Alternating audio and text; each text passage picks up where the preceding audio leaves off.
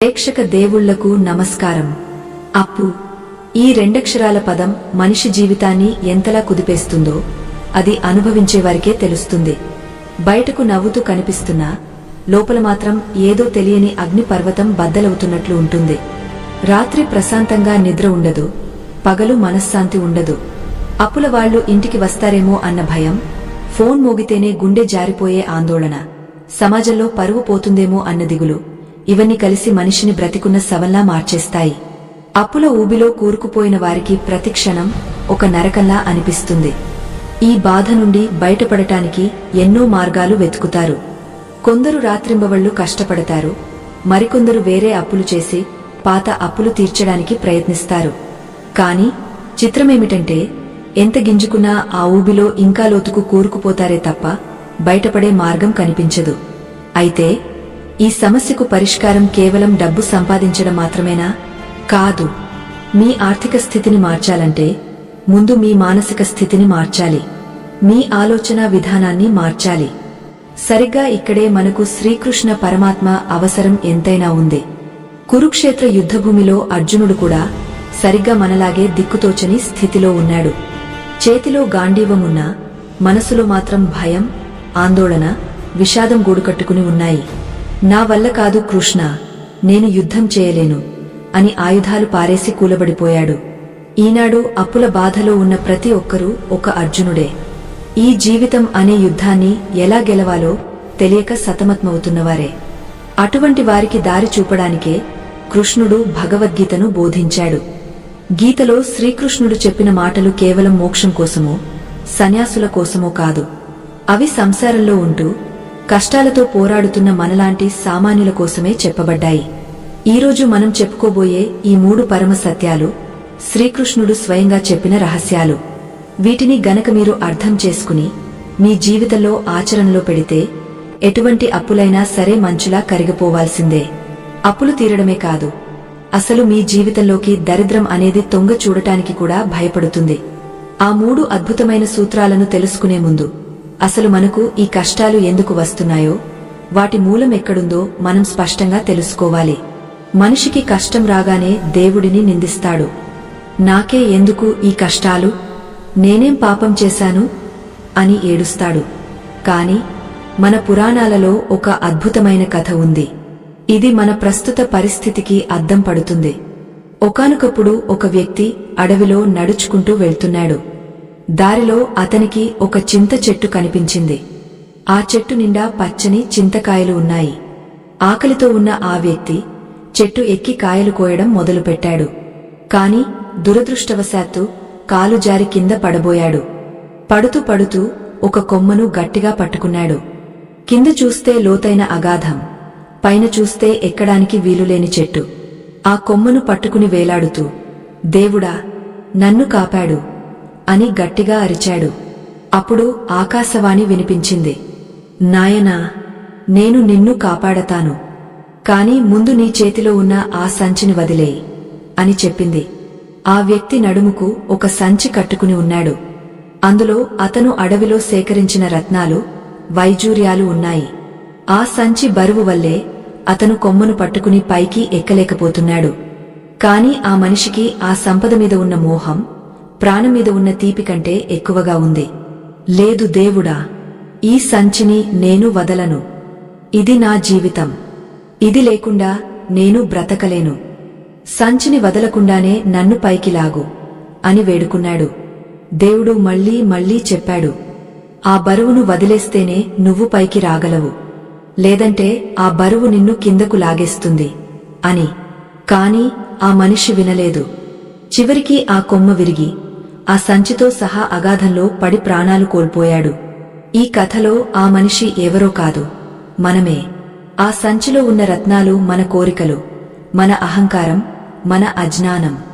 మనం అప్పులు అనే అగాధంలో పడటానికి ముఖ్య కారణం మనం అనవసరమైన బరువులను నెత్తికెత్తుకోవడమే. మన స్థాయికి మించిన కోరికలు, పక్కవారిని చూసి అసూయపడి వారిలా బ్రతకాలనే తాపత్రయం, లేని గొప్పల కోసం ఆరాటం, ఇవన్నీ మనల్ని అప్పుల ఊబిలోకి నెట్టేస్తాయి. కృష్ణుడు చెప్పిన మొదటి సూత్రం మనల్ని ఈ బరువు నుండి విముక్తులను చేస్తుంది. అదే సమర్పణ. చాలామందికి సమర్పణ అంటే ఏంటో తెలియదు. గుడికి వెళ్లి హుండీలో డబ్బులు వేయడమో లేదా తలనీలాలు ఇవ్వడమో అనుకుంటారు. కాని కృష్ణుడు చెప్పిన సమర్పణ వేరు.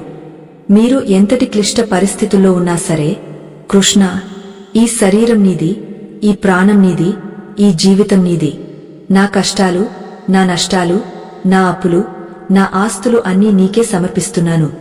నన్ను ఏ తీరానికి చేరుస్తావో, ఏ నడిసంద్రంలో ముంచుతావో నీ ఇష్టం. నేను మాత్రం నిమిత్తమాత్రుడిని అని పరిపూర్ణంగా నమ్మాలి. ఇదే శరణాగతి. ఎప్పుడైతే మీరు మీ సమస్యను మీ భుజాల మీద నుండి దించి కృష్ణుడి పాదాల దగ్గర పెడతారో అప్పుడు మీ మనసు తేలికపడుతుంది. ఒక చిన్న ఉదాహరణ చెప్పుకుందాం.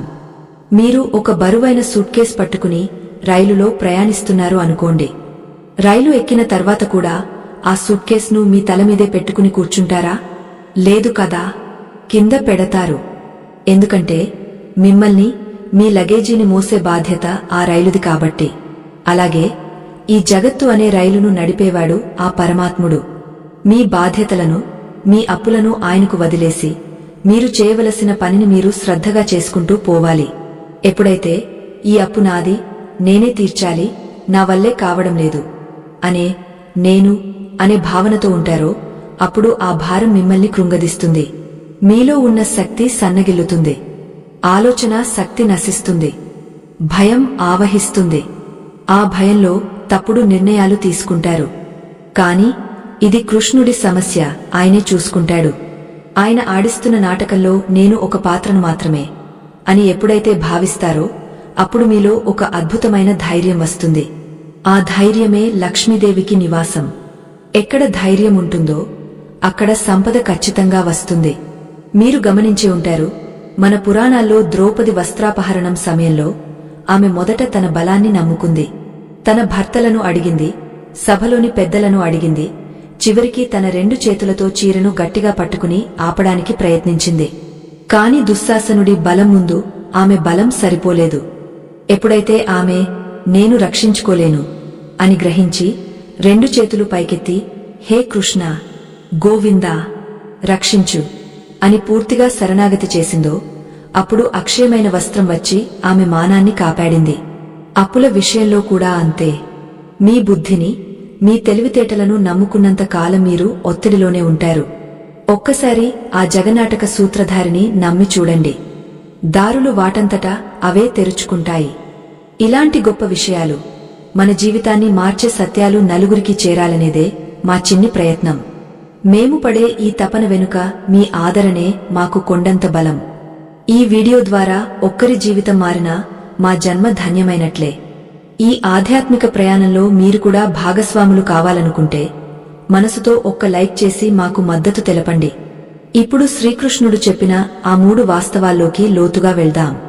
మనం చెప్పుకున్నట్లు మొదటిది సమర్పణ లేదా శరణాగతి. అయితే కేవలం దేవుడి మీద భారం వేసి ఇంట్లో కూర్చుంటే అప్పులు తీరుతాయా అని మీకు సందేహం రావచ్చు. ఇక్కడే చాలామంది తప్పులో కాలేస్తుంటారు.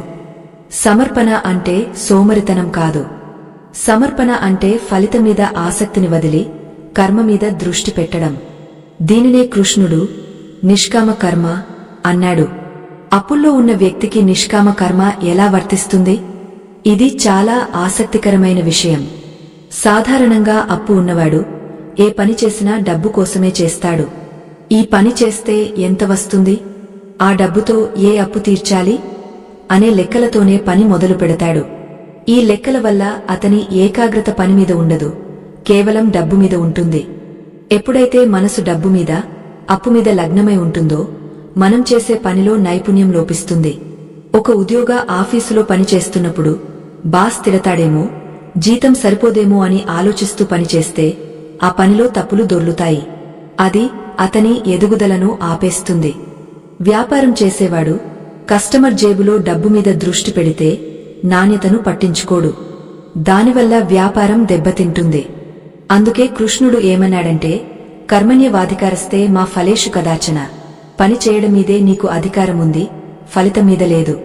దీని అర్థం ఫలితాన్ని ఆశించవద్దని కాదు, ఫలితం గురించి ఆందోళన చెందుతూ పనిని చెడగొట్టుకోవద్దని. ఒక కుమ్మరి మట్టి కుండలు చేస్తున్నాడు అనుకుందాం. అతను కుండ చేస్తున్నంతసేపు ఈ కుండకి నాకు 10 రూపాయలు వస్తాయి, ఆ 10 రూపాయలతో నేను బియ్యం కొనాలి అని ఆలోచిస్తూ ఉంటే అతని చేతులు తడబడతాయి. కుండ ఆకారం సరిగ్గా రాదు. కాని ఈ మట్టిని ఎంత అందంగా తీర్చిదిద్దాలి, ఇది ఎంత దృఢంగా ఉండాలి అని పూర్తిగా పనిలో లీనమైతే ఆ కుండ అద్భుతంగా వస్తుంది. దానికి మార్కెట్లో మంచి ధర పలుకుతుంది.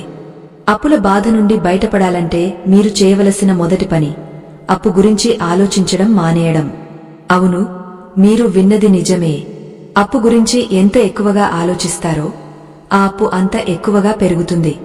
దేనిమీద అయితే మీరు ధ్యాస పెడతారో అది మీ జీవితంలో విస్తరిస్తుంది. ఇది విశ్వం యొక్క నియమం. మీరు నాకు అప్పులు ఉన్నాయి, అప్పులు ఉన్నాయి అని జపిస్తూ ఉంటే విశ్వం మీకు మరిన్ని అప్పులను ప్రసాదిస్తుంది.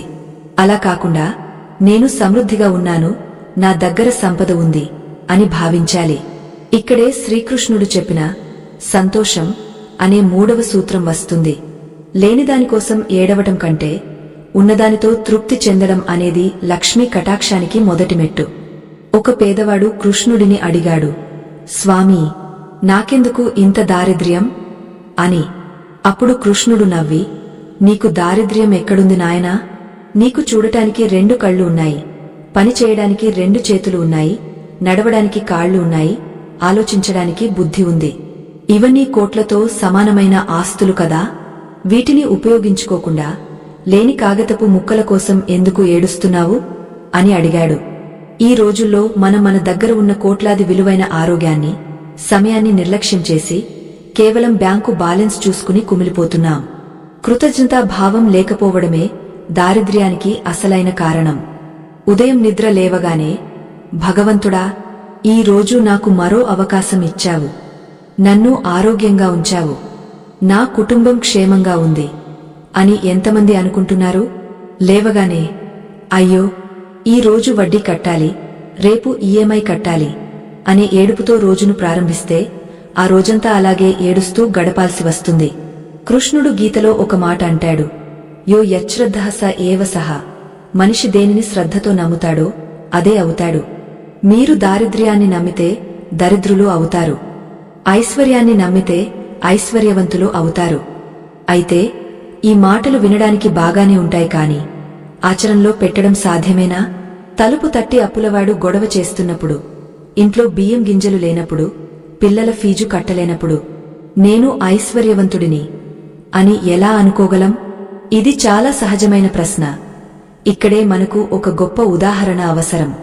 పాండవులు అరణ్యవాసంలో ఉన్నప్పుడు వారికి రాజ్యాధికారం లేదు, ధనం లేదు, తినడానికి తిండి కూడా దొరకని పరిస్థితి. వారు చక్రవర్తులుగా బ్రతికినవారు. కాని అడవిలో కటిక నేలమీద పడుకున్నారు. ఆ సమయంలో ద్రౌపది ధర్మరాజును అడుగుతుంది, ఎందుకు నాథ మనకు ఈ కష్టాలు? మనం ధర్మాన్ని తప్పలేదు కదా అని. అప్పుడు ధర్మరాజు చెప్పిన సమాధానం, కృష్ణుడు వారికి నేర్పిన పాణ్యం మనందరికీ కనువిప్పు కలిగిస్తుంది. ఆ అరణ్యవాసంలో ఒకసారి దుర్వాస మహాముని తన 10,000 మంది శిష్యులతో పాండవుల ఆశ్రమానికి భోజనానికి వస్తాడు. అప్పటికే ద్రౌపది భోజనం ముగించి అక్షయపాత్రను కడిగి బోర్లించేసింది. ఆ రోజుకి అది ఇంకా అన్నం పెట్టదు. దుర్వాసుడు నదికి స్నానానికి వెళ్తూ, మేము వచ్చేసరికి భోజనం సిద్ధం చేయండి, లేదంటే శపిస్తాను అని వెళ్తాడు. ద్రౌపది గుండెల్లో రాయి పడ్డట్టయింది. 10,000 మందికి అన్నం పెట్టే శక్తి ఆ అడవిలో ఎక్కడిది? చేతిలో అక్షయపాత్ర ఉన్నా అది ఆ రోజు పని చేయదు. అప్పుడు ఆమె ఎవరిని తలుచుకుంది? తన ధనాన్ని కాదు, తన బంధువులను కాదు, ఆపద్బాంధవుడైన కృష్ణుడిని. కృష్ణుడు వెంటనే అక్కడ ప్రత్యక్షమయ్యాడు. కాని వచ్చి ఏమడిగాడు? ద్రౌపది, నాకు చాలా ఆకలిగా ఉంది, ముందు నాకేమైనా పెట్టు అన్నాడు. ద్రౌపది కన్నీళ్లతో, కృష్ణ, పరిహాసం ఆడకు, అక్షయపాత్ర కడిగ బోర్లించేశాను, అందులో ఏమీ లేదు అంది. అప్పుడు కృష్ణుడు, లేదు సోదరీ, జాగ్రత్తగా చూడు, అందులో ఎక్కడో ఒక మెతుకు ఉండే ఉంటుంది అని బలవంతం చేశాడు. ద్రౌపది వెళ్లి ఆ పాత్రను పరిశీలించగా ఎక్కడో అంచున ఒక చిన్న ఆకుముక్క, ఒక మెతుకు మిగిలి ఉన్నాయి. కృష్ణుడు ఆ ఒక్క మెతుకును తిని, తృప్తోస్మి, నాకు తృప్తి అయింది అన్నాడు. ఎప్పుడైతే జగద్గురువు అయిన కృష్ణుడి కడుపు నిండిందో నదిలో ఉన్న దుర్వాసుడికి అతని 10,000 మంది శిష్యులకు కడుపు నిండిపోయినట్లు అనిపించింది. వారికి ఏవంతో కూడిన త్రేన్పులు వచ్చాయి. ఇక భోజనం చేయలేక, పాండవులను ఇబ్బంది పెట్టలేక వారు అక్కడి నుండి వెళ్లిపోయారు. ఈ కథలో దాగున్న పరమ రహస్యమేమిటి? ద్రౌపది దగ్గర ఉన్నది కేవలం ఒక్క మెతుకు. కాని ఆ ఒక్క మెతుకును ఆమె కృష్ణుడికి సమర్పించింది. అంటే తన దగ్గర ఉన్న అల్పమైన వనరును దైవానికి జోడించింది. మన దగ్గర కూడా అప్పులు తీర్చడానికి సరిపడా డబ్బు లేకపోవచ్చు. కాని ఏదో ఒక చిన్న నైపుణ్యం, ఏదో ఒక చిన్న అవకాశం, ఏదో ఒక చిన్న ఆశ మిగిలే ఉంటుంది. ఆ చిన్న అవకాశాన్ని మనం దైవానికి అంకితం చేసి పని మొదలు పెడితే అది అక్షయమవుతుంది. అదే అనంతమైన సంపదగా మారుతుంది. కాని మనం ఆ ఒక్క మెతుకును, చిన్న అవకాశాన్ని తక్కువ అంచనా వేస్తాం. దీనితో ఏం వస్తుందిలే అని నిరాశపడి వదిలేస్తాం. అక్కడే మనం ఓడిపోతున్నాం. కాని ఆ ఒక్క మెతుకును అక్షయపాత్రగా మార్చడానికి, మన జీవితంలో ఉన్న ఆ చిన్న అవకాశాన్ని మహాద్వారంగా మార్చడానికి ఒక ప్రత్యేకమైన పద్ధతి ఉంది. కృష్ణుడు అర్జునుడికి చెప్పిన ఆ రహస్య పద్ధతిని మనం తెలుసుకోవాలి. అది మన దైనందిన జీవితంలో ప్రతి చిన్న పనిలో ఎలా ఆచరించాలో తెలిస్తే ఇక విజయం మన బానిస అవుతుంది. అసలు ఆ పద్ధతి ఏమిటి? మనం అప్పుల నుండి బయటపడటానికి ఆచరించాల్సిన ఆ నిగూఢమైన క్రియ ఏంటి? అది తెలియాలంటే ముందుగా గీతలో కృష్ణుడు ప్రస్తావించిన వ్యవసాయాత్మిక బుద్ధి అనే పదం గురించి మనం లోతుగా అర్థం చేసుకోవాలి. అప్పుల ఊబిలో కూరుకుపోయిన మనిషి మనసు ఒక కోతి లాంటిది. అది ఒక క్షణం కూడా నిలకడగా ఉండదు. ఈ అప్పు తీర్చడానికి ఆ పని చేద్దామా, లేక ఈ వ్యాపారం చేద్దామా, లేక లాటరీ టికెట్ కొందామా, ఎవరైనా వడ్డీకి ఇస్తారేమో అడుగుదామా, ఇలా 1000 రకాలుగా ఆలోచిస్తూ ఉంటుంది. దీనినే కృష్ణుడు బహుశాఖ అంటే అనేక కొమ్మలుగా చీలిపోయిన బుద్ధి అని వర్ణించాడు.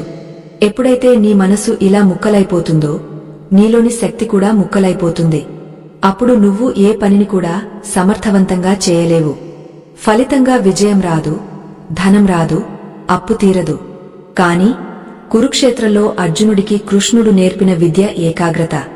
ఒక పని అనుకున్నప్పుడు ప్రాణం పోయినా సరే ఆ పని మీదే దృష్టి పెట్టడం. దీనికి ఒక చక్కటి ఉదాహరణ చెప్పుకుందాం. ఒక రైతు తన పొలంలో నీటి కోసం బావి తవ్వాలనుకున్నాడు. ఒకచోట 10 అడుగులు తవ్వాడు, నీళ్లు రాలేదు.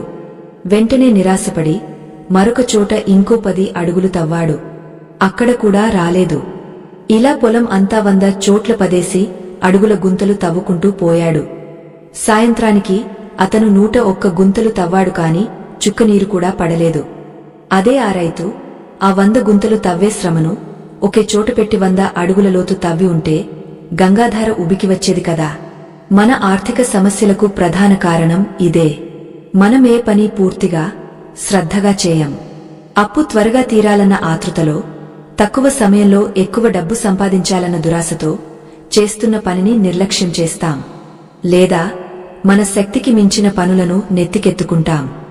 అప్పుల బాధ నుండి బయటపడాలంటే ముందుగా ఈ చంచల స్వభావాన్ని వదిలేయాలి. మీరు ప్రస్తుతం చేస్తున్న పని ఏదైనా సరే, అది చిన్నదైనా పెద్దదైనా, దానిని దైవకార్యంగా భావించి చేయాలి. ఇక్కడ మనం కుచేలుడి కథను ఒకసారి గుర్తు చేసుకోవాలి. కుచేలుడు లేదా సుధాముడు కటిక దారిద్ర్యాన్ని అనుభవించాడు. కట్టుకోవడానికి సరైన బట్టలు లేవు, పిల్లలకు పెట్టడానికి తిండి లేదు. భార్య ప్రోద్బలంతో కృష్ణుడిని చూడటానికి వెళ్తాడు. వెళ్తూ రాజుగా ఉన్న స్నేహితుడికి ఏం తీసుకెళ్లాలి? ఇంట్లో ఉన్నవి గుప్పెడు అటుకులు మాత్రమే. అవి కూడా చిరిగిన గుడ్డలో మూటగట్టుకుని బయలుదేరాడు. ద్వారకను చేరాడు. అక్కడ కృష్ణుడి వైభవాన్ని చూసి జంకుతున్నాడు. ఈ మహారాజు ఎక్కడా? ఈ పేదవాడి అటుకులు ఎక్కడా? ఇవి ఆయనకు ఎలా ఇవ్వగలను అని సిగ్గుపడ్డాడు. కాని కృష్ణుడు పరుగున వచ్చి ఆ అటుకుల మూటను లాక్కుని ఎంతో ఆకలిగా ఉన్నవాడిలా ఆరగస్తాడు. ఇక్కడ మనం గమనించాల్సిన సూక్ష్మ విషయం ఒకటి ఉంది. కుచేలుడు కృష్ణుడికి ఇచ్చింది కేవలం పిడికెడు అటుకులు మాత్రమే. వాటి విలువ మార్కెట్లో బహుశా ఒక్కరాగా నాణ్యం కూడా ఉండకపోవచ్చు. కాని ప్రతిఫలంగా కృష్ణుడు కుచేలుడికి ఏమిచ్చాడు? ఇంద్రలోకాన్ని మించిన ఐశ్వర్యాన్ని, బంగారు మేడలను ప్రసాదించాడు.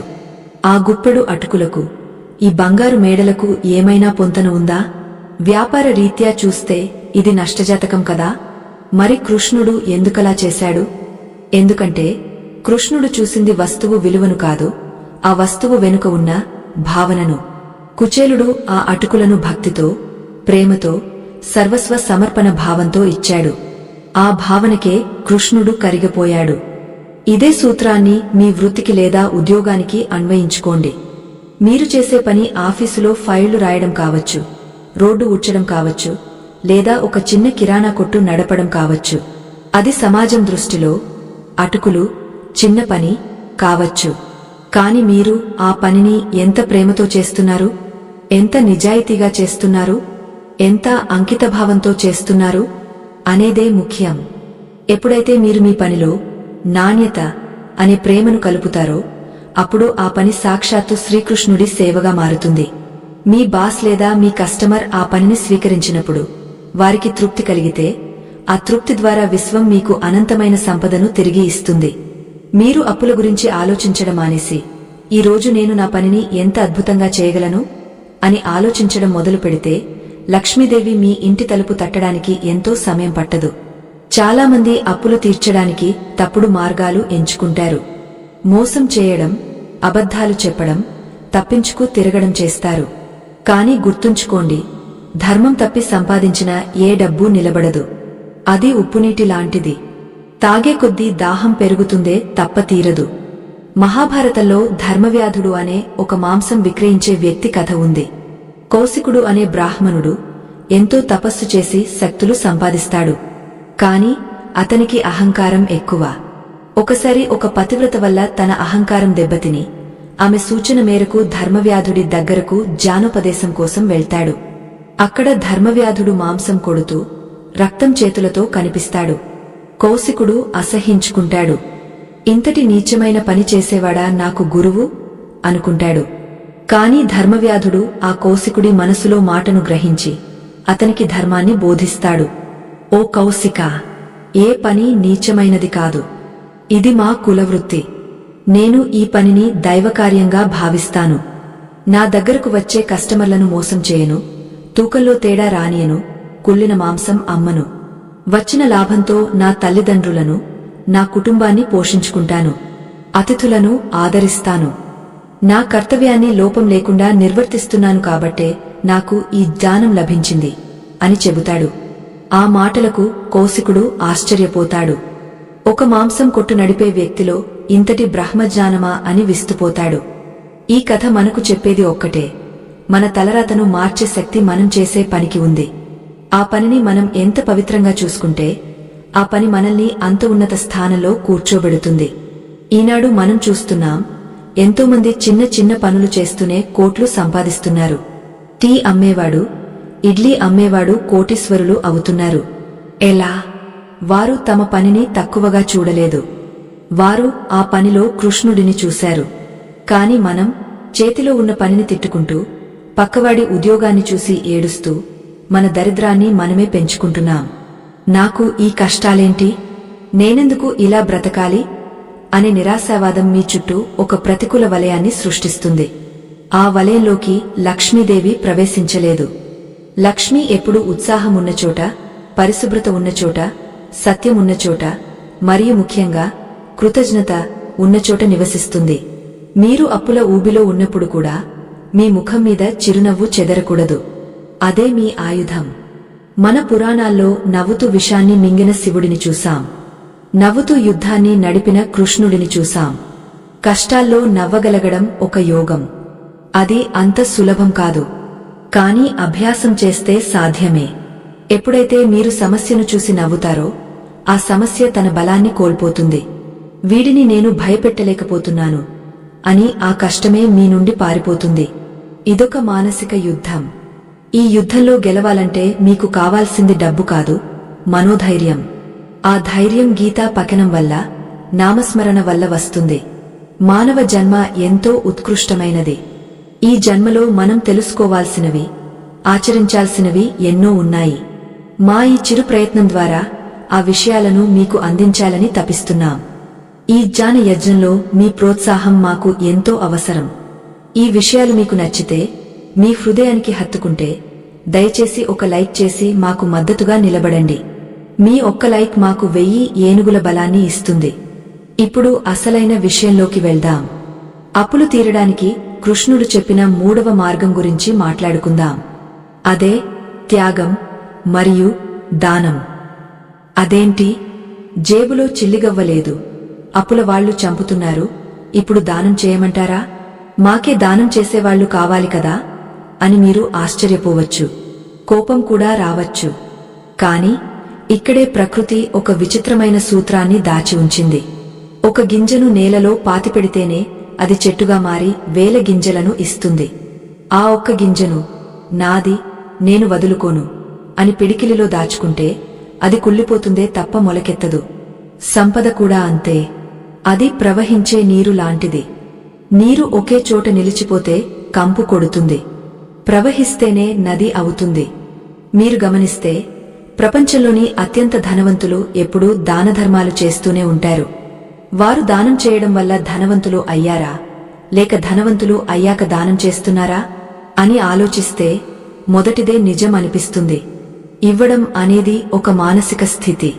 మీ దగ్గర 10 రూపాయలు ఉన్నప్పుడు అందులో 1 రూపాయిని ఇతరుల కోసం ఖర్చు చేయలేనివాడు 1 కోటి రూపాయలు వచ్చాక 10 లక్షలు దానం చేస్తాడంటే నమ్మలేం. దానం చేయడానికి కావాల్సింది ధనం కాదు, విశాలమైన గుండె. అయితే అప్పుల్లో ఉన్నవాడు ఏం దానం చేయాలి? డబ్బు లేనప్పుడు ఏమివ్వాలి? కృష్ణుడు దీనికి అద్భుతమైన సమాధానం చెప్పాడు. దానం అంటే కేవలం డబ్బే కాదు. ఆకలితో ఉన్నవాడికి గుప్పెడు అన్నం పెట్టడం దానం. దాహంతో ఉన్న పక్షికి నీళ్లు పెట్టడం దానం. దారి తెలియని వాడికి దారి చూపించడం దానం.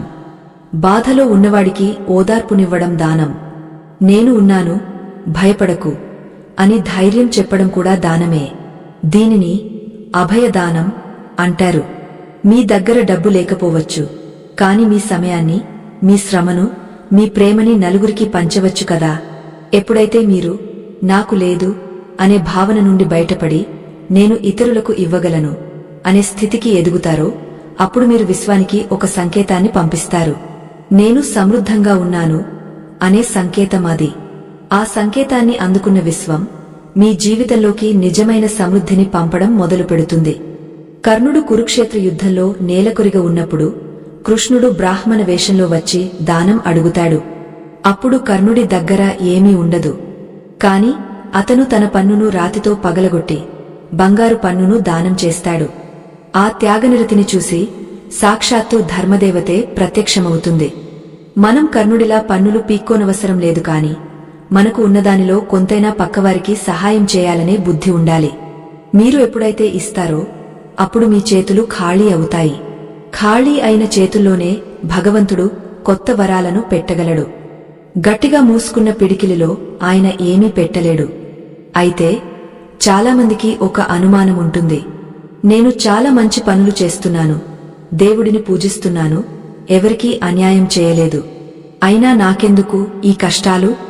నా పక్కవాడు మాత్రం మోసాలు చేస్తూ దర్జాగా కార్లలో తిరుగుతున్నాడు, దేవుడు వాడికే ఎందుకు ఇస్తున్నాడు? ఇది సగటు మనిషిని వేధించే అతిపెద్ద ప్రశ్న.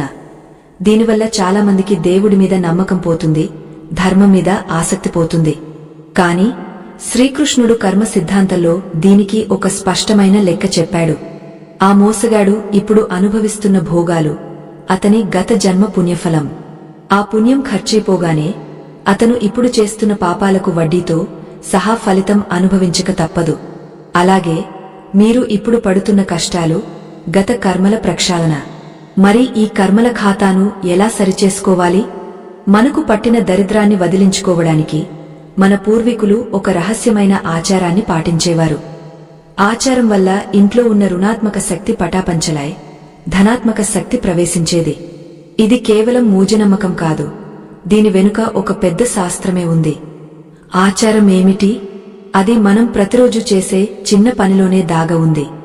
కాని మనం దానిని తప్పుగా చేస్తున్నాం. ఆ తప్పును సరిదిద్దుకుంటే మీ ఇల్లు కుబేర నిలయం అవ్వడం ఖాయం. ఇంతకీ ఆ రహస్య ఆచారమేమిటి? అది ఎలా చేయాలి? ఆ రహస్య ఆచారం మరేదో కాదు, మన ఇంటి సింహద్వారం మరియు సంధ్యా సమయం పట్ల మనకు ఉండాల్సిన గౌరవం. అవును, మీరు విన్నది నిజమే. మన పూర్వీకులు ఇంటి గడపను సాక్షాత్తు లక్ష్మీదేవి స్వరూపంగా భావించేవారు. ఉదయం లేవగానే గడపకు నీళ్లు చల్లి పసుపు కుంకుమలతో అలంకరించేవారు. కాని ఈ రోజుల్లో మనం ఏం చేస్తున్నాం? అపార్ట్మెంట్ సంస్కృతి పేరుతో గడపను మర్చిపోయాం. ఇంకా దారుణమైన విషయమేమిటంటే, చాలామంది తమ ఇంటి చెత్తబుట్టను, డస్ట్ బిన్ తీసుకొచ్చి సింహద్వారం పక్కనే పెడుతుంటారు. లేదా విడిచిన చెప్పులను, బూట్లను గుమ్మం ముందే కుప్పలా పడేస్తుంటారు. లక్ష్మీదేవి ఎక్కడి నుంచి ఇంటి లోపలికి రావాలి? ఆ ద్వారం గుండానే కదా. మీరే ఆలోచించండి. మీరు ఎవరి ఇంటికైనా వెళ్ళినప్పుడు వారి ఇంటి గుమ్మం నిండా చెత్తాచెదారం, మురికి ఉంటే లోపలికి వెళ్లాలనిపిస్తుందా? వెనక్కి తిరిగి వెళ్లిపోతారు కదా. మరి సాక్షాత్తు శుభ్రతకు మారుపేరైన లక్ష్మీదేవి మురికిగా ఉన్న, దుర్వాసన వచ్చే గుమ్మం గుండా మీ ఇంట్లోకి ఎలా వస్తుంది? రాదు. అందుకే మన పెద్దలు చెప్పేవారు, ఇంటి గడప ఎప్పుడూ నవ్వుతూ ఉండాలి అని. గడప నవ్వడమంటే అది శుభ్రంగా పసుపు కుంకుమలతో కళకళలాడుతూ ఉండటం. ఎప్పుడైతే మీరు గడపను నిర్లక్ష్యం చేస్తారో అప్పుడు లక్ష్మీదేవికి బదులు ఆమె అక్కగారైన జ్యేష్ఠాదేవి, దారిద్ర్య దేవత ఇంట్లోకి ప్రవేశిస్తుంది. జ్యేష్ఠాదేవి ఎక్కడ ఉంటుందో తెలుసా? ఎక్కడైతే గడపలు మురికిగా ఉంటాయో, ఎక్కడైతే సాయంత్రం వేళ నిద్రపోతారో, ఎక్కడైతే ఎప్పుడు గొడవలు జరుగుతుంటాయో అక్కడ ఆమె తిష్ట వేసుకుని కూర్చుంటుంది. అందుకే అప్పుల బాధ నుండి బయటపడాలనుకునేవారు పాటించాల్సిన మొదటి నియమం ఇంటి ముఖద్వారాన్ని పవిత్రంగా ఉంచుకోవడం. అలాగే సంధ్యా సమయం అంటే సూర్యుడు అస్తమించే సమయం చాలా శక్తివంతమైనది. దీనిని గోధూళి వేళ అంటారు. ఆ సమయంలో నిద్రపోకూడదు, భోజనం చేయకూడదు, ఏడుస్తూ కూర్చోకూడదు. ఆ సమయంలో ఇంట్లో దీపం వెలిగించి దేవుడి నామస్మరణ చేయాలి. ఆ సమయంలో వచ్చే నిద్ర దరిద్రాన్ని ఆహ్వానిస్తుంది. అప్పుల్లో ఉన్నవారు సాయంత్రం 6 నుండి 7 గంటల మధ్యలో కనీసం ఒక్కసారైనా గోవిందా అని గట్టిగా స్మరించుకుంటే వారి కష్టాల తీవ్రత తగ్గుతుందని శాస్త్రం చెబుతోంది. ఈ చిన్న మార్పులు మీ ఇంట్లోని వాతావరణాన్ని పూర్తిగా మార్చేస్తాయి. ఇక అప్పుల ఊబిలో కూరుకుపోవడానికి మరొక ప్రధాన కారణం మన నోటి నుండి వచ్చే మాటలు. శ్రీకృష్ణుడు గీతలో వాక్ తపస్సు గురించి చెప్పాడు. అంటే మాటను ఒక తపస్సులా వాడాలి. మనం ఆవేశంలోనో భయంతోనో అనే మాటలు మన తలరాతను రాస్తుంటాయి. చాలామంది అప్పుల వాళ్లు ఇంటికి వచ్చినప్పుడు లేదా ఫోన్ చేసినప్పుడు భయపడిపోయి అబద్ధాలు చెబుతుంటారు. ఇంట్లో ఉండి కూడా లేనని చెప్పించడం, ఉన్న డబ్బును దాచిపెట్టి లేదని చెప్పడం చేస్తుంటారు. ఇది తాత్కాలికంగా మిమ్మల్ని ఆ గండం నుండి గట్టెక్కించవచ్చు, కానీ ఆధ్యాత్మికంగా మీకు తీరని నష్టాన్ని కలిగిస్తుంది. ఎప్పుడైతే మీ దగ్గర డబ్బు ఉండి కూడా నా దగ్గర లేదు అని అబద్ధం చెబుతారో అప్పుడు ఆ మాటను సరస్వతీదేవి తథాస్తు అంటుంది. అంటే నిజంగానే మీ దగ్గర లేకుండా పోతుంది. దీనికి సంబంధించి ఒక ఆసక్తికరమైన కథనం ప్రచారంలో ఉంది. ఒక వర్తకుడు ఉండేవాడు. అతను వ్యాపారంలో నష్టపోయి చాలా అప్పులు చేశాడు. కాని అతను చాలా నిజాయితీపరుడు. ఒకరోజు ఒక రుణదాత వచ్చి, నా డబ్బు నాకు ఇస్తావా, చస్తావా అని గొడవ చేశాడు.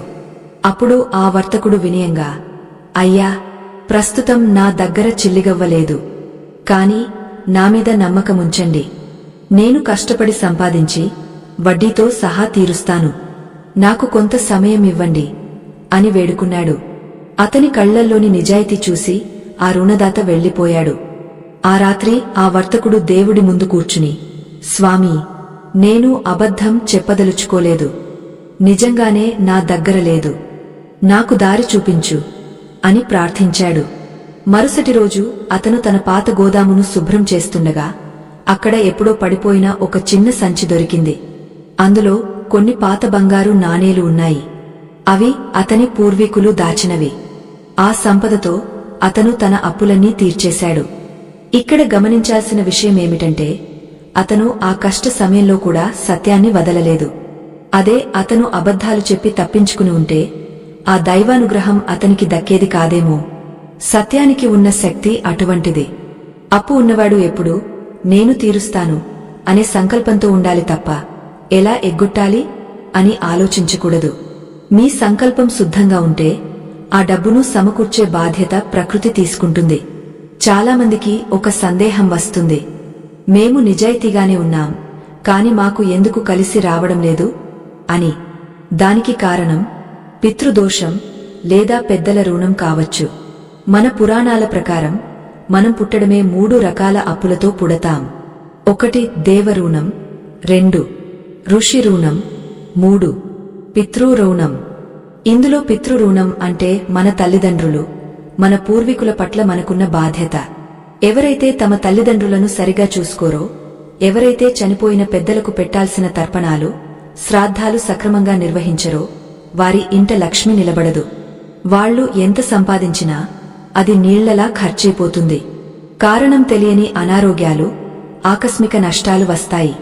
అందుకే అప్పుల నుండి బయటపడాలనుకునేవారు ముందుగా తమ తల్లిదండ్రుల పాదాలకు నమస్కరించి వారి ఆశీర్వాదం తీసుకోవాలి.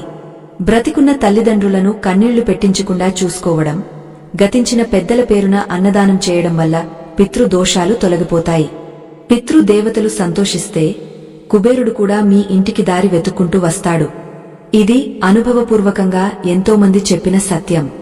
మీ సంపాదనలో కనీసం కొంత భాగం, అది 10 రూపాయలైనా సరే, మీ పెద్దల పేరు మీద ఆకలితో ఉన్న జీవికి, మనిషికి గాని జంతువుకి గాని ఆహారంగా పెట్టండి. ఆ పుణ్యం మీ అప్పులను కరిగించే అగ్నిలా మారుతుంది. మన సనాతన ధర్మంలోని ఇలాంటి అద్భుతమైన రహస్యాలను, జీవన విధానాలను మీకు అందించాలనేదే మా సంకల్పం. ధర్మం వైపు నడిచే ప్రతి ఒక్కరూ మాకు బంధువులే. మా ఈ ప్రయత్నం మీకు నచ్చితే ఈ వీడియోను లైక్ చేయడం ద్వారా మీ ప్రోత్సాహాన్ని మాకు తెలియజేయండి. మీ ఒక్క లైక్ ఈ మంచి విషయాన్ని మరికొందరికి చేరవేసే వారధి అవుతుంది. ఇప్పుడు మనం శ్రీకృష్ణుడు చెప్పిన మరో కీలకమైన అంశం గురించి మాట్లాడుకుందాం. అదే కృతజ్ఞత లేదా గ్రాటిట్యూడ్. సాధారణంగా అప్పుల్లో ఉన్న వ్యక్తి మనసు నిండా ఫిర్యాదులే ఉంటాయి. ఆ వ్యాపారం దెబ్బతింది, వాడు నన్ను మోసం చేశాడు, ప్రభుత్వం పన్నులు పెంచింది, వానలు పడలేదు, ఇలా ఎప్పుడూ ఏదో ఒకదాని గురించి ఏడుస్తూనే ఉంటారు. కాని కృష్ణుడు ఏం చెబుతున్నాడంటే, నువ్వు దేన్నైతే ఎక్కువగా తలుచుకుంటావో అదే నీకు దక్కుతుంది. నువ్వు కష్టాలను తలుచుకుంటే కష్టాలు వస్తాయి. మరి దీనికి పరిష్కారమేంటి? చాలా సులభం. మీ జీవితంలో ఉన్న మంచిని లెక్కబెట్టుకోవడం మొదలుపెట్టండి. ప్రతిరోజు రాత్రి పడుకునే ముందు ఆ రోజు జరిగిన కనీసం 3 మంచి విషయాలను గుర్తు చేసుకోండి. ఈ రోజు నాకు 3 పూటలా తిండి దొరికింది, ధన్యవాదాలు కృష్ణ. ఈ రోజు నా పిల్లలు ఆరోగ్యంగా నవ్వుతూ కనిపించారు, ధన్యవాదాలు కృష్ణ. ఈ రోజు ఒక స్నేహితుడు పలకరించాడు, ధన్యవాదాలు కృష్ణ. ఇలా చిన్న చిన్న విషయాలకైనా కృతజ్ఞత చెప్పడం అలవాటు చేసుకోండి. ఎప్పుడైతే మీరు నాకు ఇది ఉంది అని తృప్తి పడతారో, విశ్వం మీకు ఇంకా ఇస్తాను అని ముందుకు వస్తుంది. దీనినే ఆకర్షణ సిద్ధాంతం అని ఇప్పుడు కొత్తగా చెబుతున్నారు. కాని వేల ఏళ్ల క్రితమే మన ఋషులు దీనిని జీవన విధానంగా మార్చారు. ఒక పేద రైతు ఉండేవాడు. అతని దగ్గర ఒకే ఒక ఎద్దు ఉండేది. ఆ ఎద్దుతోనే వ్యవసాయం చేసి బ్రతికేవాడు. ఒకరోజు ఆ ఎద్దు చనిపోయింది. ఊరంతా వచ్చి, అయ్యో ఎంత కష్టం వచ్చింది, ఇక వీడు ఎలా బ్రతుకుతాడు అని సానుభూతి చూపించారు. కాని ఆ రైతు మాత్రం కన్నీళ్లు తుడుచుకుని ఆకాశం వైపు చూసి, కృష్ణ, పోనీలే, ఎద్దు పోయింది కాని నా 2 చేతులు బాగానే ఉన్నాయి కదా, వీటితోనే మళ్లీ నా బ్రతుకును సాగు చేసుకుంటాను, నన్ను బ్రతికించినందుకు కృతజ్ఞతలు అన్నాడు. ఆ రైతు గుండె ధైర్యం, ఆ కృతజ్ఞతా భావం చూసి ఆ ఊరి జమీందారు ఆశ్చర్యపోయాడు. ఇంత కష్టంలోనూ దేవుడిని తిట్టకుండా ఉన్నదానికి తృప్తిపడ్డాడు అని సంతోషించి అతనికి 2 కొత్త ఎద్దులను, కొంత భూమిని దానంగా ఇచ్చాడు. చూసారా, కృతజ్ఞత ఎలా అద్భుతాలు సృష్టిస్తుందో. అదే ఆ రైతు, నా బ్రతుకు ఇంతే, దేవుడు నన్నే టార్గెట్ చేశాడు అని ఏడ్చి ఉంటే బహుశా అతను ఆ నిరాశతోనే కృంగపోయేవాడు. ఆ జమీందారు సాయం కూడా అతనికి అందేది కాదేమో. కాబట్టి అప్పులు ఉన్నాయని కృంగపోకండి. అప్పు అనేది ఒక పరిస్థితి మాత్రమే, అది మీ జీవితం కాదు. ఆ పరిస్థితిని మార్చే శక్తి మీ ఆలోచనలకు ఉంది. మీ ఆలోచనలను సానుకూలంగా మార్చుకుంటే పరిస్థితులు తలవంచక తప్పదు. అయితే ఆలోచనలు మార్చుకున్నంత మాత్రాన అప్పుల వాళ్లు ఊరుకుంటారా? వడ్డీలు ఆగుతాయా? దానికి ఒక నిర్దిష్టమైన ప్రణాళిక కావాలి కదా. ఖచ్చితంగా కావాలి. భగవద్గీతలో కృష్ణుడు చెప్పిన యుక్తి అంటే తెలివైన ప్రణాళిక గురించి ఇప్పుడు తెలుసుకోవాలి. కేవలం భక్తి ఉంటే సరిపోదు, ఆ భక్తికి యుక్తి తోడవ్వాలి. అప్పుల నుండి బయటపడటానికి ఆర్థికపరమైన క్రమశిక్షణ ఎంత అవసరమో కృష్ణుడు వివరించాడు. అనవసరమైన ఖర్చులు తగ్గించుకోవడం దగ్గరి నుండి ధనాన్ని ఎలా గౌరవించాలి అనే వరకు ఎన్నో సూత్రాలు ఉన్నాయి. ముఖ్యంగా మన పురాణాల్లో లక్ష్మీ కటాక్షం కోసం చెప్పబడిన కొన్ని విశేషమైన స్తోత్రాలు, మంత్రాలు ఉన్నాయి. ఇవి కేవలం శబ్దాలు కాదు, ఇవి ఒక రకమైన ప్రకంపనలు. వీటిని పఠించడం వల్ల మన చుట్టూ ఉన్న దారిద్ర్య తరంగాలు తొలగిపోయి ఐశ్వర్య తరంగాలు ఏర్పడతాయి. అప్పుల బాధ మరీ ఎక్కువగా ఉన్నప్పుడు, దిక్కుతోచని స్థితిలో ఉన్నప్పుడు తక్షణ ఉపశమనం కోసం మన పూర్వీకులు ఒక మహాశక్తివంతమైన స్తోత్రాన్ని పఠించేవారు. ఆ స్తోత్రం పఠిస్తే సాక్షాత్తు నరసింహస్వామి రుణ విముక్తిని ప్రసాదిస్తాడని నమ్మకం. అసలు ఆ స్తోత్రమేమిటి? దానిని ఎప్పుడు చదవాలి? అలాగే ధనాన్ని ఆకర్షించడానికి ఇంట్లో ఉంచుకోవాల్సిన కొన్ని పవిత్రమైన వస్తువులు ఏమిటి? ఈ విషయాలు చాలా గోప్యమైనవి మరియు శక్తివంతమైనవి. వీటి గురించి తెలుసుకుంటే మీ ఆర్థిక పరిస్థితిలో అనూహ్యమైన మార్పు రావడం ఖాయం. ఆ అద్భుతమైన వివరాలను ఇప్పుడు తెలుసుకుందాం. ఆ అద్భుతమైన స్తోత్రం మరేదో కాదు, సాక్షాత్తు ఆదిశంకరాచార్యుల వారు, అలాగే ఎందరో మహర్షులు ఆరాధించిన శ్రీ రుణ విమోచన నృసింహ స్తోత్రం. అప్పుల బాధ అనేది ఒక రాక్షసుడి లాంటిది. హిరణ్యకశిపుడిని చంపడానికి మామూలు అస్త్రశస్త్రాలు ఎలా పనిచేయలేదో, ఈ అప్పుల రాక్షసుడిని చంపడానికి కూడా సాధారణ ప్రయత్నాలు సరిపోవు. అందుకే ఉగ్రరూపుడైన కాని భక్తుల పాలిట శాంతమూర్తి అయిన లక్ష్మీ నరసింహస్వామిని ఆశ్రయించాలి. ఆ స్వామి స్తంభంలోంచి ఉద్భవించినట్లుగా మన కష్టాలను చీల్చుకుంటూ వచ్చి మనకు రక్షణ కల్పిస్తాడు. దేవతార్య గృహస్థాయ రుణ విమోచన కారకాయ నమః పరమహంసాయ శ్రీ నృసింహాయ మంగళం అని సాగే ఈ స్తోత్రం అత్యంత శక్తివంతమైనది. దీని అర్థం ఏమిటంటే, ఓ నరసింహస్వామి, నువ్వు దేవతలకు ఆశ్రయం ఇస్తావు, గృహస్థులకు అండగా ఉంటావు, ముఖ్యంగా రుణాలను విముక్తి చేస్తావు. నీకు నా నమస్కారాలు అని ఈ స్తోత్రాన్ని ప్రతి మంగళవారం ప్రదోషవేళలో సాయంత్రం 4:30 నుండి 6 మధ్య పఠిస్తే అప్పుల తీవ్రత ఖచ్చితంగా తగ్గుముఖం పడుతుందని శాస్త్రవచనం. మంగళవారం అనేది కుజుడికి సంబంధించిన రోజు. జ్యోతిష్య శాస్త్రం ప్రకారం రుణాలకు కారకుడు కుజుడు. నరసింహస్వామి ఆరాధన వల్ల కుజదోషం పోయి అప్పులు తీరే మార్గాలు సుగమం అవుతాయి. అయితే కేవలం స్తోత్రం చదివితే సరిపోతుందా? భగవంతుడు మన ఒడిలో డబ్బులు వచ్చి పడేలా చేస్తాడా అని సందేహం రావచ్చు. ఇక్కడే శ్రీకృష్ణుడు చెప్పిన యుక్తిని మనం అర్థం చేసుకోవాలి. దేవుడు మనకు అవకాశాలను ఇస్తాడు, బుద్ధిని ఇస్తాడు, ధైర్యాన్ని ఇస్తాడు. ఆ ధైర్యంతో మనం అడుగు ముందుకు వేయాలి. అప్పుల ఊబిలో ఉన్నవారు తమ ఇంటి వాతావరణాన్ని మార్చుకోవడానికి ఒక చిన్న చిట్కా పాటించాలి. అది కల్లుప్పు, గడ్డ ఉప్పు తో చేసే పరిహారం. సముద్ర గర్భం నుండి పుట్టింది లక్ష్మీదేవి అయితే అదే సముద్రం నుండి పుట్టింది ఉప్పు. అందుకే ఉప్పులో లక్ష్మీ కటాక్షం ఉంటుంది. ప్రతి శుక్రవారం నాడు ఇంటిని తుడిచే నీటిలో కొద్దిగా కల్లుప్పు, చిటికెడు పసుపు వేసి ఇల్లంతా శుభ్రం చేయాలి. శాస్త్రీయంగా చూస్తే ఉప్పుకు ఉన్న గుణం ఏమిటంటే అది గాలిలో ఉన్న తేమను ఎలా పీల్చుకుంటుందో అలాగే ఇంట్లో ఉన్న రుణాత్మక శక్తిని, దిష్టిని, అసూయను కూడా పీల్చుకుంటుంది. ఎప్పుడైతే ఇంటి వాతావరణం శుద్ధి అవుతుందో అప్పుడు మీ ఆలోచనలు స్పష్టంగా ఉంటాయి, గొడవలు తగ్గుతాయి. ప్రశాంతమైన మనసుతో తీసుకునే నిర్ణయాలు ఎప్పుడూ మంచి ఫలితాలనే ఇస్తాయి. ఈ చిన్న మార్పును అలవాటుగా మార్చుకుని చూడండి, మీ ఇంట్లో ఒక తెలియని ప్రశాంతత నెలకొంటుంది. ఇప్పుడు శ్రీకృష్ణుడు చెప్పిన ఆర్థిక ప్రణాళిక గురించి మాట్లాడుకుందాం. భక్తి ఎంత ముఖ్యమో ఆర్థిక క్రమశిక్షణ కూడా అంతే ముఖ్యం. మహాభారతంలో ఒక సందర్భంలో విదురుడు ధృతరాష్ట్రుడికి ఒక మాట చెబుతాడు. రాజా, సంపద అనేది నిలకడ లేనిది. చిల్లులు పడ్డ కుండలో నీళ్లు పోస్తే ఎలా నిలబడవో దుబారా ఖర్చులు చేసేవాడి దగ్గర డబ్బు కూడా అలాగే మాయమైపోతుంది. అప్పుల్లో ఉన్న వ్యక్తి చేయాల్సిన మొదటి పని తన ఖర్చులకు ఎక్కడ చిల్లులు పడ్డాయో గమనించడం.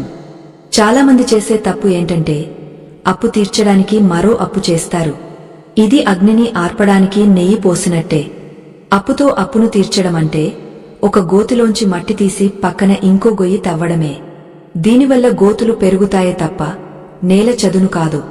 కృష్ణుడు చెప్పిన సూత్రం ప్రకారం సమస్యను మూలం నుండి పరిష్కరించాలి. మీ ఆదాయంలో అది ఎంత తక్కువైనా సరే ముందుగా కొంత భాగం పొదుపు లేదా అప్పు తీర్చడం కోసం పక్కన పెట్టాలి. ఆ తర్వాతే మిగిలిన డబ్బుతో ఖర్చులు చూసుకోవాలి. దీనినే చాణక్యుడు కూడా చెప్పాడు. ఆదాయం మైనస్ ఖర్చు పొదుపు కాదు, ఆదాయం మైనస్ పొదుపు ఖర్చు అనే సూత్రాన్ని పాటించాలి. మీరు సంపాదించే ప్రతి 100 రూపాయల్లో కనీసం 10 రూపాయలు అప్పు తీర్చడానికి పక్కన పెట్టండి. వడ్డీకే సరిపోవడం లేదు, ఇక అసలు ఎలా తీరుస్తాం అని నిరాశపడకండి. మీరు తీర్చే ఆ చిన్న మొత్తం, ఆ 10 రూపాయలు విశ్వానికి ఒక సంకేతాన్ని పంపిస్తాయి. నేను నా రుణాన్ని తీర్చడానికి సిద్ధంగా ఉన్నాను, ప్రయత్నిస్తున్నాను అని. ఆ సంకల్ప బలం వల్ల మీకు తెలియకుండానే మీ ఆదాయ మార్గాలు పెరుగుతాయి. ఒక చిన్న ప్రవాహం ఎలా నదిగా మారుతుందో మీ చిన్న పొదుపు పెద్ద అప్పును తీర్చే శక్తిగా మారుతుంది. దీనికి సంబంధించి మనకు తిరుమల వెంకటేశ్వర స్వామి చరిత్ర ఒక గొప్ప పాఠ్యాన్ని నేర్పుతుంది. సాక్షాత్తు వైకుంఠవాసుడైన శ్రీనివాసుడు పద్మావతి దేవిని పెళ్లి చేసుకోవడానికి కుబేరుడి దగ్గర అప్పు చేశాడు. అఖిలాండకోటి బ్రహ్మాండ నాయకుడికి అప్పు చేయాల్సిన అవసరమేముంది? చిటికి వేస్తే సృష్టిని మార్చగల శక్తిమంతుడు కదా. కాని ఆయన మానవ జన్మలో ఉన్నప్పుడు ఒక సామాన్య మానవుడిగా ధర్మబద్ధంగా బ్రతకడం ఎలాగో మనకు చూపించాడు. ఆయన అప్పు చేశాడు, దానికి పత్రం రాసిచ్చాడు, ఇప్పటికి వడ్డీ కడుతున్నాడు. దీని అర్థమేమిటి? రుణం అనేది ఎంతటివారినైనా బంధిస్తుంది. దానిని తీర్చడం ఒక పవిత్రమైన బాధ్యత అని చెప్పడమే ఆయన ఉద్దేశం. భగవంతుడే అప్పు చేసి తీరుస్తుంటే మనమెంత? కాబట్టి అప్పు ఉందని సిగ్గుపడకండి, భయపడకండి.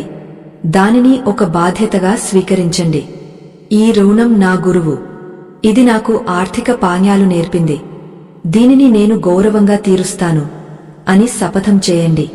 ఎప్పుడైతే మీరు అప్పును శత్రువులా కాకుండా ఒక గురువులా చూస్తారో అప్పుడు మీలో భయం పోయి బాధ్యత పెరుగుతుంది. ఆ బాధ్యతే మిమ్మల్ని విజయ తీరాలకు చేరుస్తుంది. ఈ అద్భుతమైన జీవన సత్యాలు మీకు ధైర్యాన్నిస్తున్నాయని భావిస్తున్నాను. మన సనాతన ధర్మంలోని గొప్పతనం ఇదే. ప్రతి సమస్యకు ఒక పరిష్కారం మన ఆచారాల్లోనే దాగ ఉంది. ఈ వీడియో మీకు నచ్చితే దయచేసి లైక్ చేసి మన సంస్కృతిని నలుగురికి పంచడంలో మాకు సహాయపడండి. మీ లైక్ మాకు ఎంతో విలువైనదే.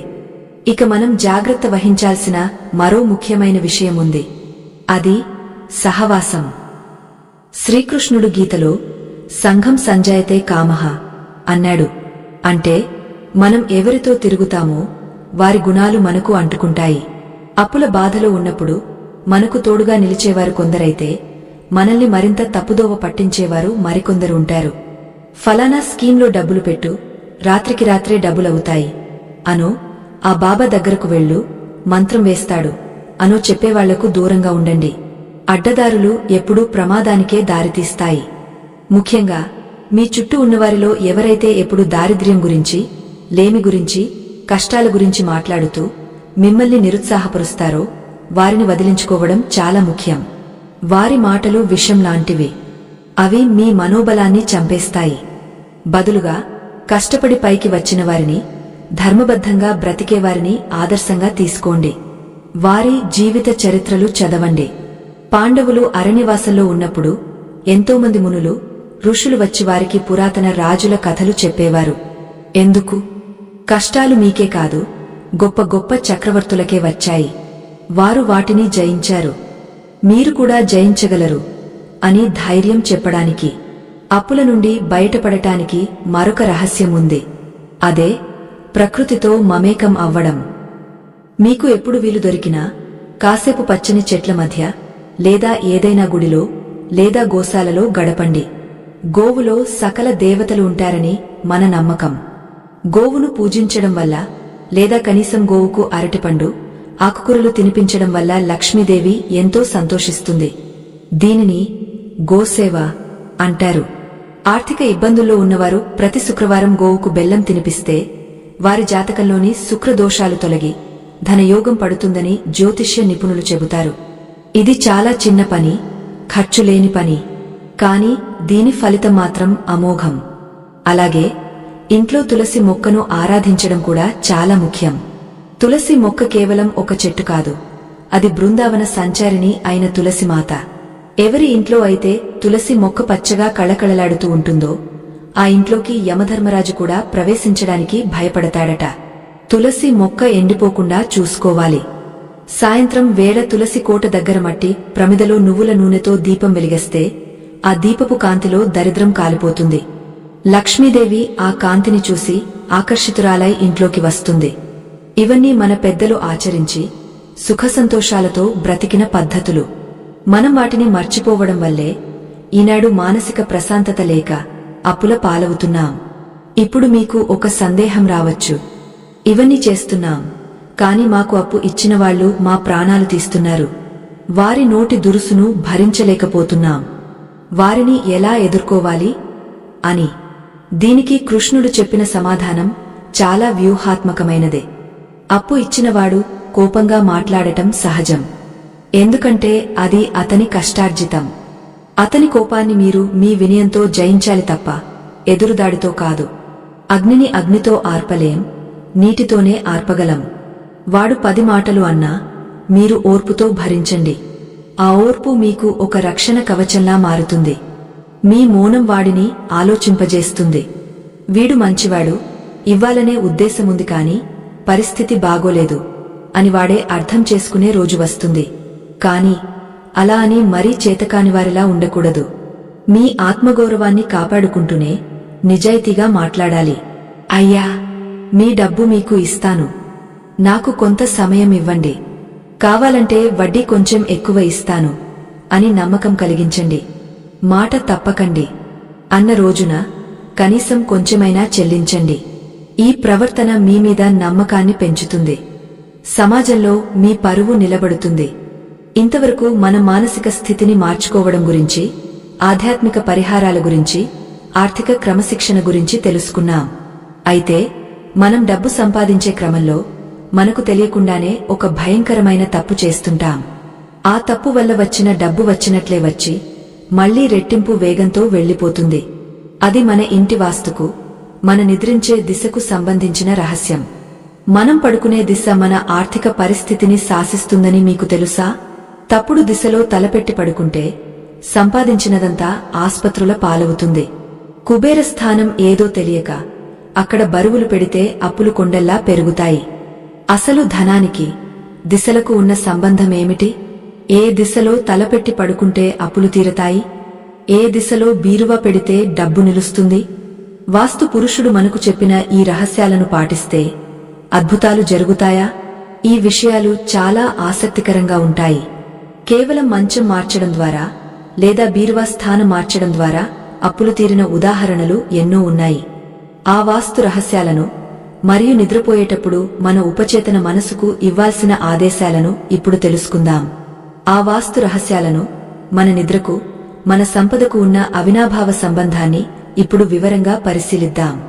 మన శరీరమే ఒక అద్భుతమైన అయస్కాంతం.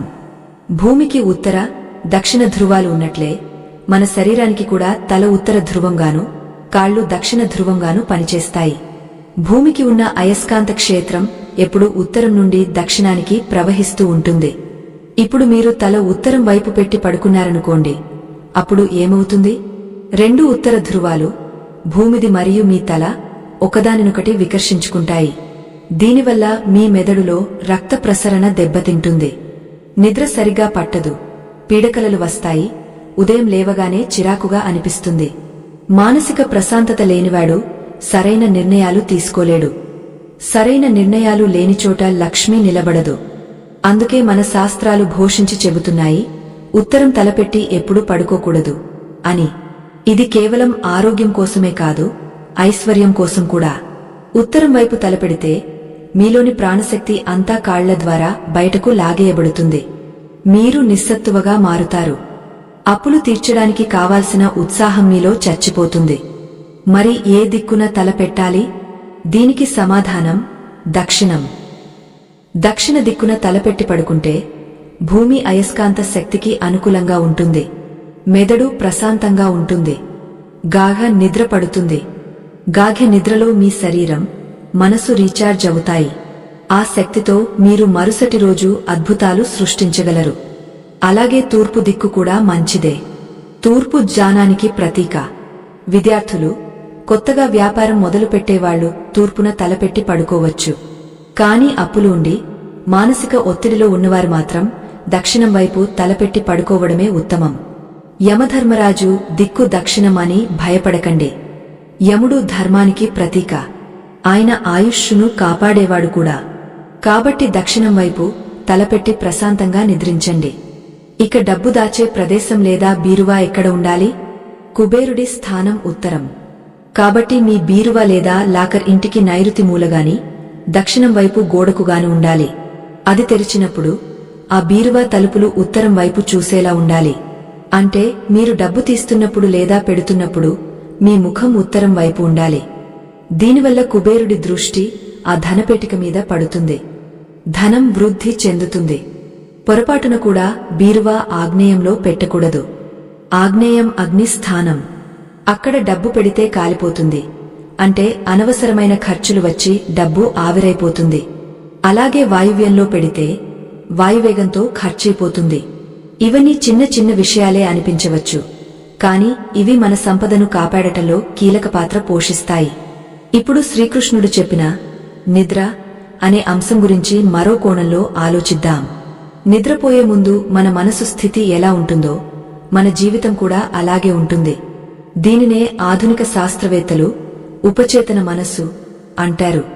మీరు పడుకోబోయే ఆఖరి 5 నిమిషాలు చాలా విలువైనవి. ఆ సమయంలో మీ మెదడు ఒక సారవంతమైన భూమి లాంటిది. మీరు ఏ విత్తనం వేస్తే అది మొలకెత్తుతుంది. దురదృష్టవశాత్తు అప్పుల బాధలో ఉన్నవారు ఆ 5 నిమిషాలు అప్పుల గురించే ఆలోచిస్తారు. రేపు వాడికి ఎలా సమాధానం చెప్పాలి? డబ్బు ఎక్కడి నుంచి తేవాలి? నా బ్రతుకు ఇంతేనా అని భయపడుతూ నిద్రలోకి జారుకుంటారు.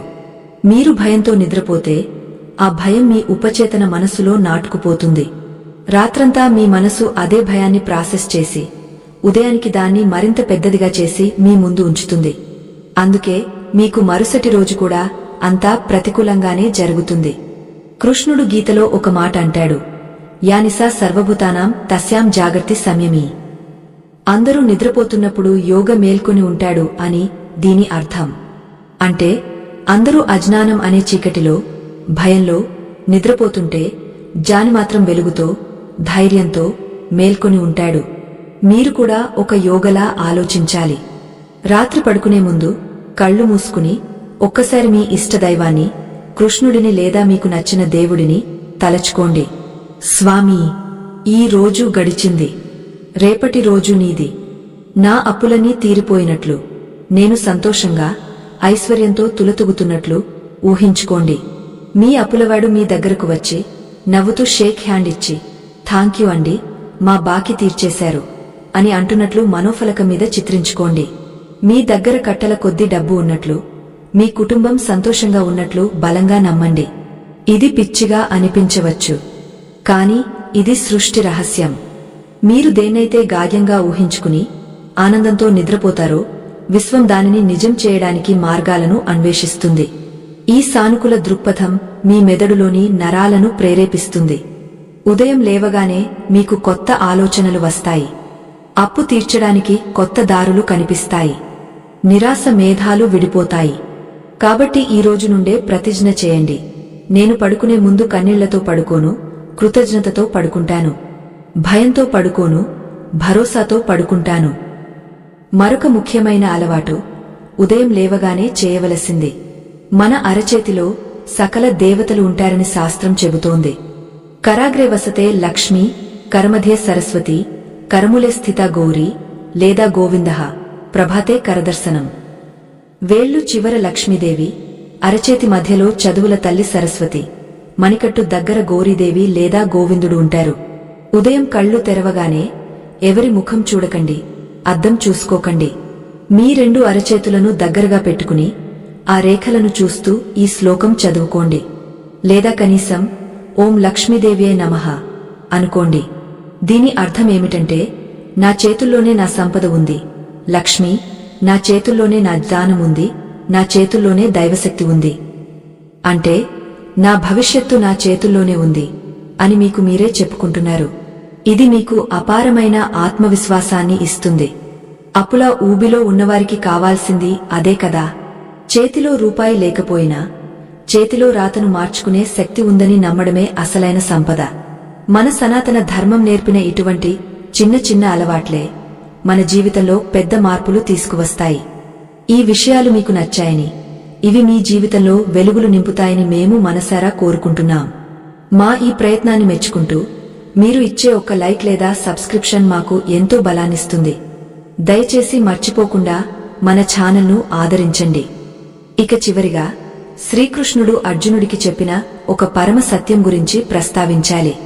అది కాలం.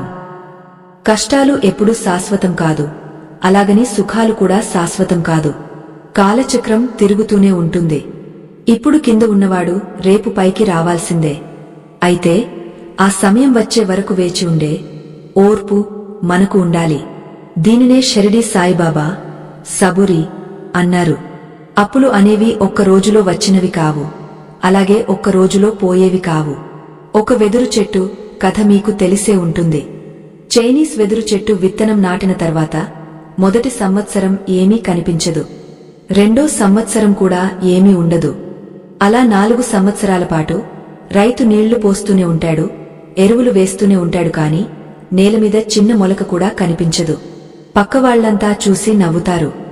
వీడేంటి పిచ్చివాడు, ఏమీ రాని చోట నీళ్లు పోస్తున్నాడు అని ఎగతాళి చేస్తారు. కాని ఆ రైతుకు తెలుసు లోపల ఏం జరుగుతోందో. ఆ చెట్టు ఆ 4 ఏళ్లలో తన వేళ్లను భూమిలో లోతుగా బలంగా పాతుకుంటూ ఉంటుంది. ఎందుకంటే అది రేపు 100 అడుగుల ఎత్తు పెరగాలి. ఆ బరువును మోయాలంటే వేళ్లు బలంగా ఉండాలి కదా. 5వ సంవత్సరం కేవలం 6 వారాల్లోనే అది 90 అడుగుల ఎత్తు పెరుగుతుంది. అందరూ ఆశ్చర్యపోతారు. మీ పరిస్థితి కూడా అంతే. ఇప్పుడు మీరు పడుతున్న కష్టాలు, మీరు చేస్తున్న పూజలు, మీరు చూపిస్తున్న నిజాయితీ ఇవేవీ వృధా పోవడం లేదు. ఇవన్నీ ఆ వెదురు చెట్టు వేళ్ల లాంటివి. మీరు లోపల బలపడుతున్నారు. దేవుడు మిమ్మల్ని భవిష్యత్తులో రాబోయే పెద్ద విజయానికి సిద్ధం చేస్తున్నాడు. అప్పుల బాధ మిమ్మల్ని ఎంత కృంగదీస్తే రేపు మీరు అంత ఎత్తుకు ఎదుగుతారు. ఆ రోజు వచ్చే వరకు ఓర్పుగా ఉండండి. నీళ్లు, ప్రయత్నం పోస్తూనే ఉండండి. మొలక కనిపించడం లేదని ప్రయత్నం ఆపేయకండి. అద్భుతం జరిగే సమయం ఆసన్నమైంది. అయితే వీటన్నింటికీ మించిన ఒక బ్రహ్మాస్త్రం భగవద్గీతలో ఉంది. శ్రీకృష్ణుడు 18 అధ్యాయాలు చెప్పిన తర్వాత చిట్టచివరలో అర్జునుడికి, తద్వారా మనందరికీ ఒక హామీ ఇచ్చాడు. ఒక సంతకం లేని చెక్కు ఇచ్చాడు. నువ్వు ఏం చేయలేకపోయినా, నీ వల్ల ఏమీ కాకపోయినా, దిక్కుతోచని స్థితిలో ఉన్నా సరే ఈ ఒక్కటి చెయ్యి చాలు. నీ పాపాలన్నీ, నీ అప్పులన్నీ, నీ కష్టాలన్నీ నేను చూసుకుంటాను అని మాటిచ్చాడు. ఆ మాటను చరమ శ్లోకం అంటారు. అది గీతకే సారాంశం. అప్పుల బాధతో ఆత్మహత్య వరకు వెళ్లిన వారిని కూడా వెనక్కి పిలిచి రాజయోగం కల్పించగల శక్తి ఆ శ్లోకానికి ఉంది. కృష్ణుడు చేసిన ఆ చివరి వాగ్దానం ఏమిటి? ఆ బ్రహ్మాస్త్రాన్ని మనం ఎలా ప్రయోగించాలి? అది తెలిస్తే ఇక మీకు ఈ జన్మలో భయం అనేది ఉండదు.